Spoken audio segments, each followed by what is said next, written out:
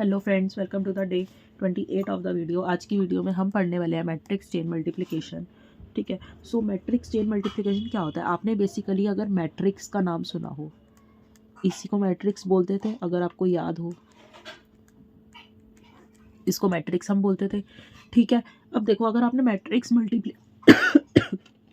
Sorry, अगर आपने matrix multiplication सुना हो तो देखो, सपोज करो एक ए मैट्रिक्स है, हम इसको ऑर्डर में लिखते थे। ठीक है, अगर आपको याद हो तो ऑर्डर कैसे आता है मैं बताती हूँ। देखो, सबसे पहला जो होता है ना वो रो के लिए होता है। ठीक है, और जो सेकंड वन होता है वो कॉलम के लिए होता है। सपोज ये मैट्रिक्स है एक्स, इस एक्स मैट्रिक्स का ऑर्डर क्या होगा? इसमें रो कितनी है? रो ऐसे काउंट करी जाती है, ऐसे। इसकी रो कितनी है? 2। 2 इंटू कॉलम ऐसे काउंट किए जाते हैं, ऐसे। ठीक है, इसके कॉलम कितने हैं? 1 2 3। तो इसका ऑर्डर हुआ x 2 इंटू 3। अब देखो, मैट्रिक्स का मल्टीप्लिकेशन पता कब पॉसिबल होता है? जब एक मैट्रिक्स, सपोज मेरे को x और y को मल्टीप्लाई करना है। ठीक है, तो अगर x का ऑर्डर मेरा 2/3 है तो y का जो भी ऑर्डर होगा, लेकिन x का जो रो है और y का जो हमारा, मतलब कि x का जो कॉलम है और y की जो मेरी रो है वो सेम होनी चाहिए, तभी होगा। देखो यहाँ पे x का कॉलम कितना है? 3, तो y की रो भी 3 होनी चाहिए। कॉलम उसके जितने मर्जी हो, डजेंट मीन कॉलम सपोज उसके 3 हो, ये लोग मैच करे ना करे, लेकिन x का कॉलम, देखो मैं यहाँ पे ना लिख देती हूँ। यहाँ पे देखो, अब ये a मैट्रिक्स है 2/3 की, b मैट्रिक्स है 3/3, तो इसका जो कॉलम है और इसकी जो रो है वो मैच हो रहा है। ठीक है, so in matrix multiplication, matrix की मल्टीप्लिकेशन में क्या होता है?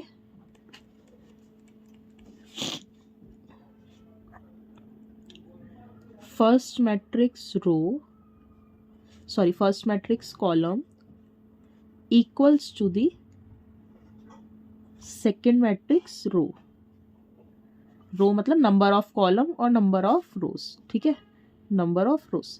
तो ये हमारी कंडीशन मैच होगी तभी मैट्रिक्स मल्टीप्लिकेशन पॉसिबल है, अदरवाइज पॉसिबल नहीं है। ठीक है, अब देखो ऑर्डर क्या होता है मैट्रिक्स का। ऑर्डर ऑफ मैट्रिक्स जो अभी हमने निकाला ना, ए मैट्रिक्स 2/3 की है वगैरह वगैरह, इसे हम बोलते हैं ऑर्डर। वो किस ऑर्डर में आ रही है।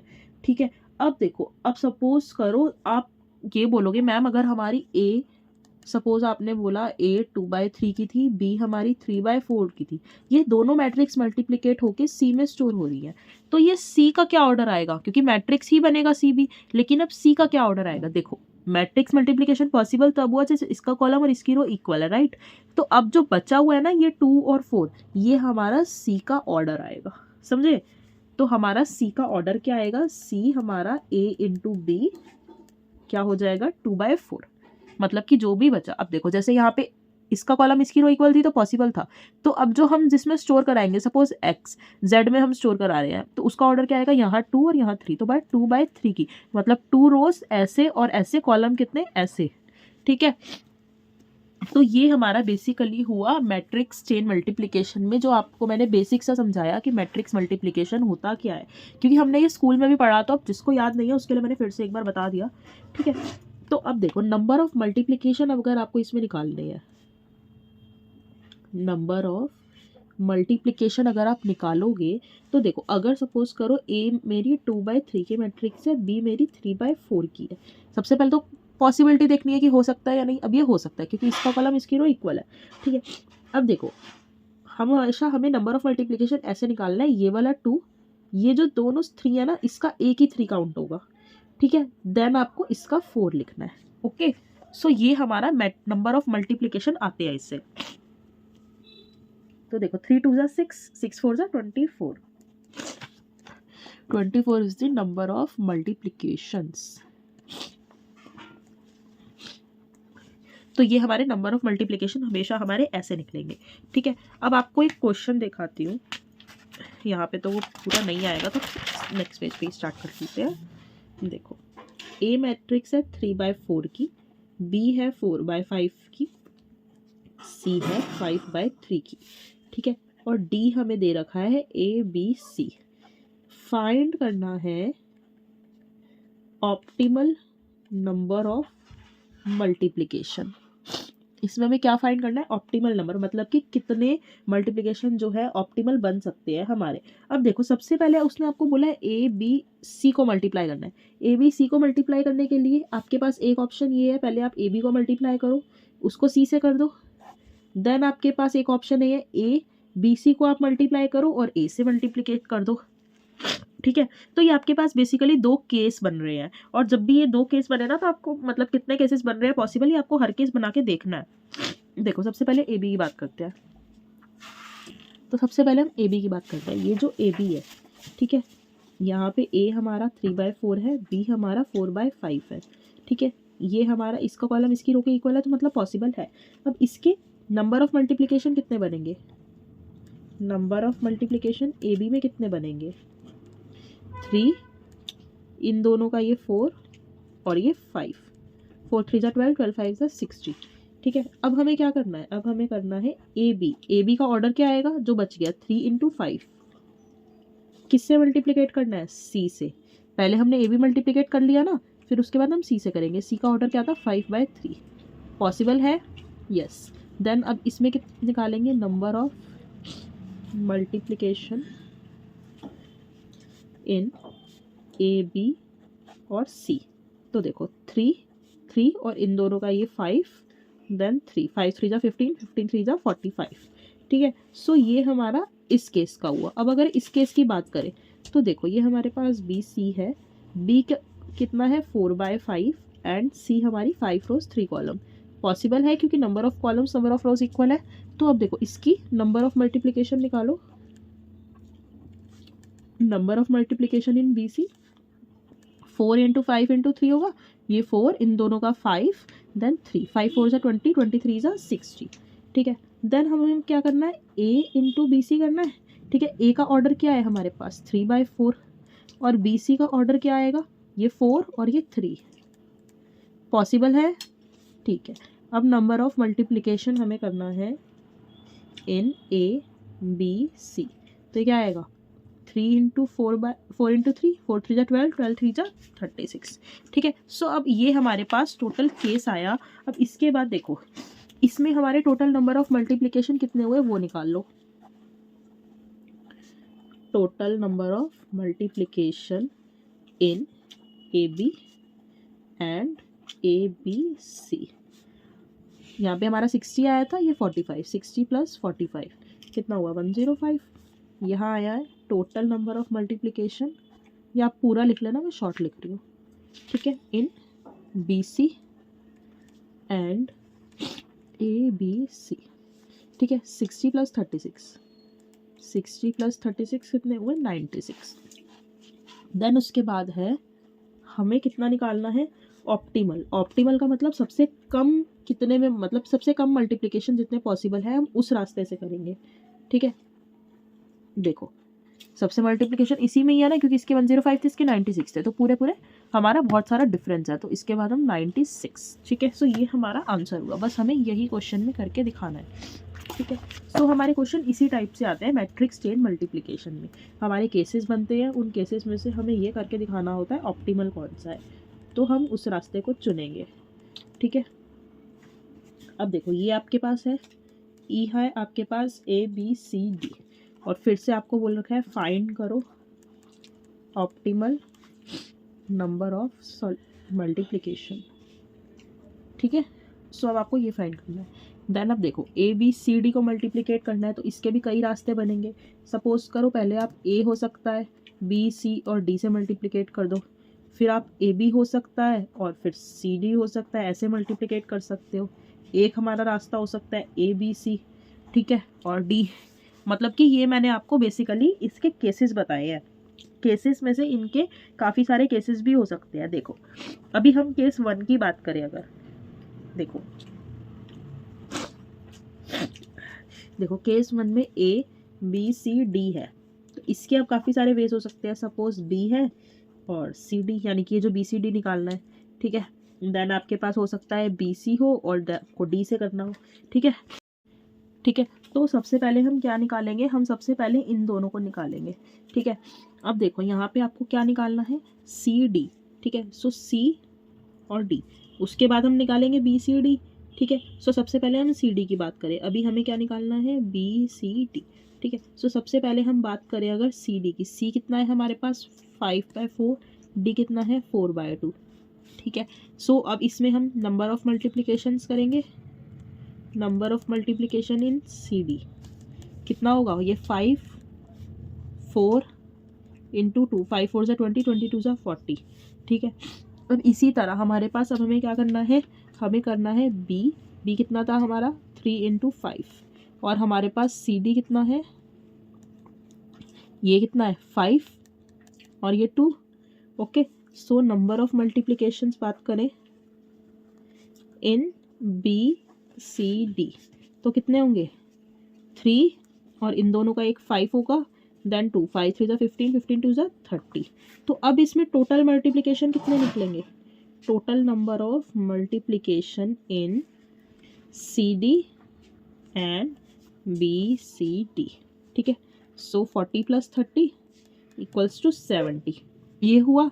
अब देखो सेकेंड वे हमने क्या निकाला, ये करना है हमें बी सी और डी, ठीक है। सो सबसे पहले बी और सी को करेंगे, बी कितना है 3 इंटू 5, सी कितना है 5 इंटू 4, ठीक है। देन हमारे पास है डी, डी कितना है आपका 4/2, ठीक है। तो अब देखो यहाँ पे क्या करेंगे, सबसे पहले तो पॉसिबल है number of multiplication in B C, 3, इन दोनों का एक 5 आएगा, इन दोनों का एक 4, ठीक है। ये 4, 5 3 15, 15 4 60, ठीक है। अब देखो बी सी आ गया, बी सी कितना आया, ये 3 और 4, देन आपको किससे मल्टीप्लाई करना है, डी से, डी क्या है 4/2, अगेन पॉसिबल है।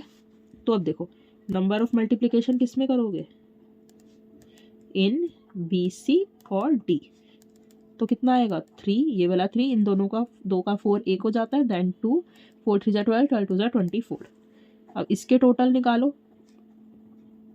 टोटल नंबर ऑफ मल्टीप्लिकेशन कितने हुए 60 + 24 84, ठीक है। अब बेसिकली आपको यही निकालना था ना, तो अब इसके बेसिकली पॉसिबल कितने हुए, total number of multiplication in A B C D कितने हुए, ए बी सी डी, और इसका ऑर्डर क्या आएगा, ए बी सी डी। ध्यान से देखो अब इसका ऑर्डर हमारे पास क्या आएगा, क्योंकि अभी जब हमने ये निकाला ये बी सी डी, तो इसका ऑर्डर हमारे पास क्या हुआ, हमने पहले ये निकाला था B C D, 3 into 5 into 2 किया था, देन इसका ऑर्डर था 3/5, ठीक है। और इस वाले का ऑर्डर था हमारे पास 5/2, ठीक है। तो अब जब हम इसका निकाल रहे हैं, ठीक है, तो इसका ऑर्डर हमारे पास आएगा 3/2, ठीक है। अब देखो 3/2 कैसे आया, देखो ए हमारे पास क्या है, ए हमारे पास है 1/1 इंटू 3, ठीक है। और हमारे पास बी सी डी कितना है 3/2, ठीक है। देखो यहाँ से बेसिकली देख सकते हो बी हमारा कितना था 3/5, ठीक है। और हमारे पास सी डी था, हमें यही निकालना था ना बी सी डी, तो सी डी हमारे पास कितना था, सी डी का ऑर्डर कितना था 5/2, 5/2, ठीक है। सो जब ये बी सी डी की बात हुई, ये वाला 5 और ये वाला 5, तो बच्चा कितना 3/2, यहाँ से आया हमारे पास 3/2, ठीक है। सो इसीलिए ए बी सी डी, इस पूरे का ऑर्डर कितना बचा, ये 3 3, तो ये 1 और ये 2, ठीक है। इसीलिए इसका ऑर्डर ये बचा, ओके, सॉरी यहाँ 1 आएगा, ठीक है। सो अब यहाँ पे बेसिकली कितना, इसका ऑर्डर मल्टीप्लिकेशन कितना हुआ 1 इंटू 3 इंटू 2, 3 2 6, ठीक है। टोटल नंबर ऑफ मल्टीप्लिकेशन इसमें पूरे में कितने हुए 6, ठीक है। सो अब पूरे मल्टीप्लिकेशन कितने हुए, देखो इसमें कितना है 84, इसमें कितने 70, तो ऑब्वियसली ऑप्टिमल तो ये है, ऑप्टिमल ये है, तो हम 70 + 6 करेंगे, तो कितना हुआ 76। अब देखो अभी हमने सिर्फ ये केस निकाला है, अब हमें ये केस निकालना है A B into C D, ठीक है। थोड़ा सा टिपिकल है बट बहुत ही इसका आसान प्रोसीजर है। देखो ए बी और सी डी निकालना है, ए बी क्या है पहले ए बी निकाल लो फिर सी डी निकाल लेना, ए कितना है 1/3, बी कितना है 3/5, और यहाँ पे सी कितना है 5/4, डी कितना है 4/2। वीडियो को पॉज करके खुद कोशिश करो।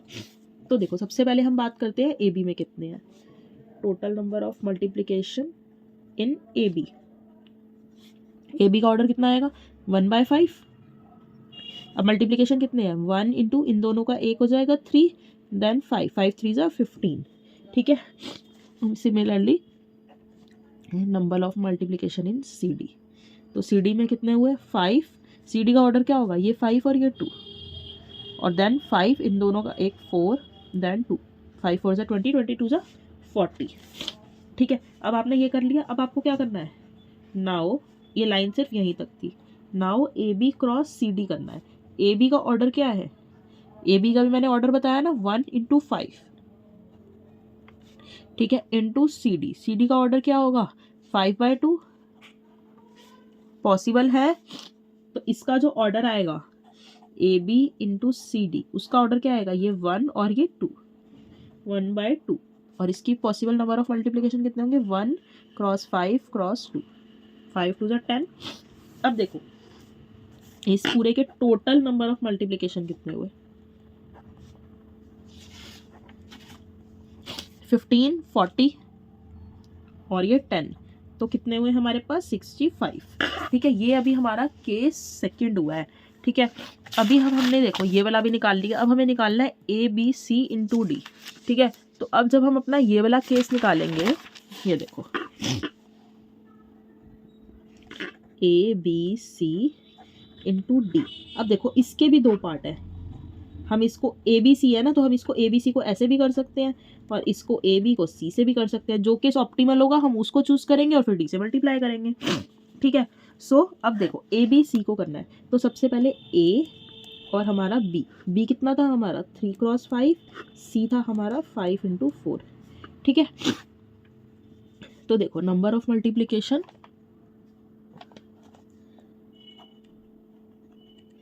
इन बी सी कितना है 3 और 4 यही आएगा ना, तो अब इसका ऑप्टिमल वो कितना है 3 क्रॉस 5 क्रॉस 4 15 4 ज़ा 60। ठीक है, अब इसको ए से मल्टीप्लाई कर दो, इन ए कितना था ए हमारा था ओके ए हमारा 1/3 था। ठीक है, देन इसका है बी सी है 3/4 पॉसिबल है। ओके, सो अब इसका ए बी सी इस पूरे का क्या ऑर्डर आएगा 1/4। ठीक है, सो अब इसको मल्टीप्लाई करो 1 इन दोनों का 3 1 देन 4 12 आ गया। ठीक है, अब देखो टोटल कितने हुए, शॉर्ट में लिख रही हूँ टोटल नंबर ऑफ मल्टीप्लिकेशन, अब अपने तरीके से लिख लेना 60 + 12 कितने हुए 72। सिमिलरली यहाँ पे कैसे करोगे ए बी सी कर लिया, अब यहाँ पे ए बी और सी का करना है, ए का ऑर्डर 1/3 बी का ऑर्डर 3/5 इंटू सी। ठीक है, और सी का हमारे पास ऑर्डर है यहाँ लिखा था ना मैंने 5/4। ठीक है, देखो अब नंबर ऑफ मल्टीप्लाई करना है इन ए बी 1/5, ए बी का 1/5 हुआ ना, तो अब इसका क्या होगा 1 इन दोनों का 3 देन 5 15। अब नंबर ऑफ मल्टीप्लिकेशन करने हैं ए बी का सी के साथ, ए बी का ऑर्डर कितना बना 1/5, सी का ऑर्डर है हमारे पास 5/4। ठीक है, तो अब देखो ए बी और हमारे पास सी, इस पूरे का ऑर्डर कितना बचा 1 इंटू 4, अब इसका मल्टीप्लिकेशन करो 1/5 इंटू 4 5 4 ज़ा 20। ठीक है, इसका टोटल कितना बनेगा इस पूरे का 15 + 20 35 शॉर्ट में लिखा है मैंने। ठीक है, अब देखो ऑप्टिमल किस केस में हुए 72 या 35, ऑब्वियसली 35। तो अब हमारा ये जो 35 है हम इसको चूज करेंगे किससे मल्टीप्लाई करने के लिए, हमने हमारा ये वाला मेथड चूज किया, ये वाला नहीं किया।